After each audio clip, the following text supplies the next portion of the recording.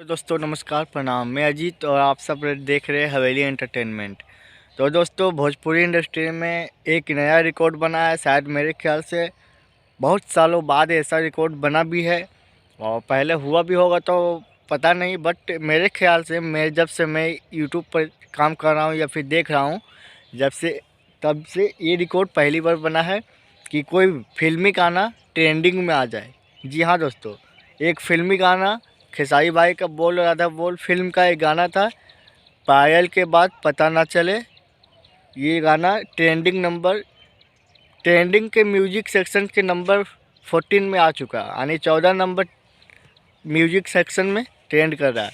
तो दोस्तों कैसा लगा अपडेट कमेंट में बताएं, और आप लोग इस गाने को सुने हैं तो जाइए कमेंट में बताइए और लिखिए कैसा है वो गाना, और नहीं सुने हैं तो जाइए जाके सुनिए।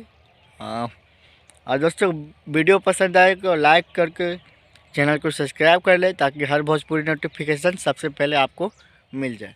जय हिंद, जय भारत, जय भोजपुरी।